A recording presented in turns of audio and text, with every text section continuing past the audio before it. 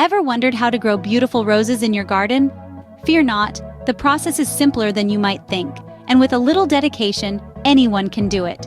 Stay tuned to learn the simple steps to plant and prune roses for beautiful blooms. To start, you need to choose the right rosebush for your garden. Consider factors like climate, soil type, and your personal preferences in color and fragrance. Once you've made your choice, it's time to get your hands dirty. Begin by preparing the soil. Dig a hole that's wide and deep enough for your rosebush. Place the bush in the hole and backfill with soil. Make sure to water it generously after planting. With your rosebush properly planted, you are now ready for the next step. Pruning is an essential part of rose care.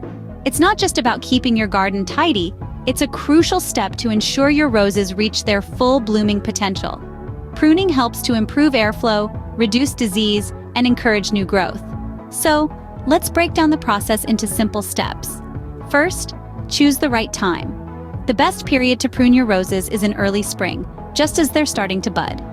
Next, equip yourself with a good pair of sharp pruning shears.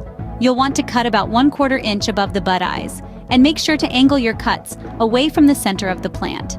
Finally, remove any dead or diseased branches to allow for new, healthy growth.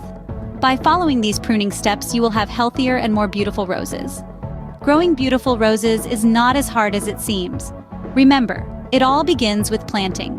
Choose the right spot, prepare the soil, plant the rose, and water it well.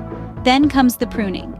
Remove dead wood, trim back overgrown branches, and shape your rose bush for optimal growth. The satisfaction of seeing your roses bloom is truly unparalleled. If you found this video helpful, don't forget to hit the like button and subscribe to our channel for more gardening tips. Happy gardening!